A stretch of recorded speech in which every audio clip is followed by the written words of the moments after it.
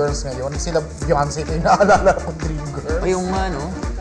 Sige. Makikita. Pero eto, kahit tapos na ang Valentine's Day, ay hindi pa rin natatapos ang cheesy moment ng Maclis.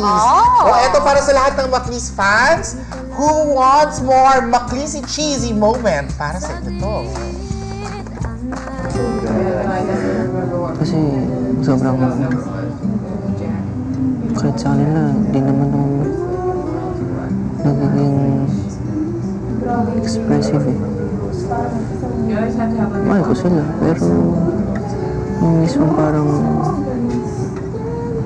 napakita ko sa labas. Iba rin sa Siguro dahil panganay ka, naisip ko na meron kang duty na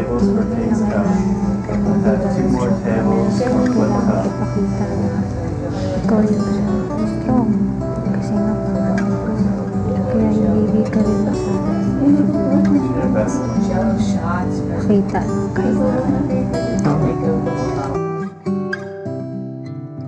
kasi nandito lang ako para pakinggan ka.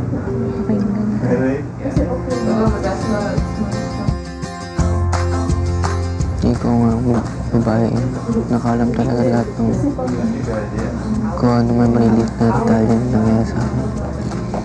Sa'yo lang talaga sabi. May lugar na para dyan. Huwag ka mag-overthink. Huwag ka mag-alala. Okay lang ako. Pero isipin. Kasi masaya ka naman dito. Ayoko naman mag-stay dito. Never naman ako nahanap ka.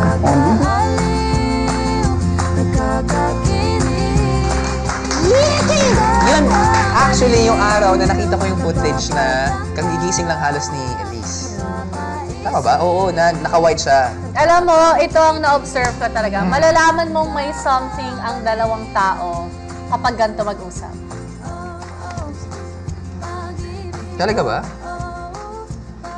Yung kayo lang nagkakarinigan. Oo!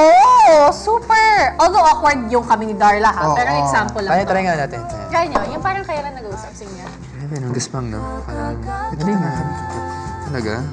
Grabe, no? Diba? Wala pang buhok dito. O, tinan mo, direct, pakita mo yung wide shot. Yung nandito lang ako, parang ano. See? O, di ba may ba't may amoy? Diba? Alam mo, yan ang isa sa mga confirm na may something. So, wait lang.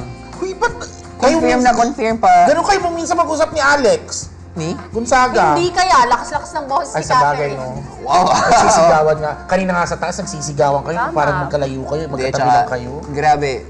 Si Pards yun eh. Sister I've never had. Okay. Pero, going back to what I said.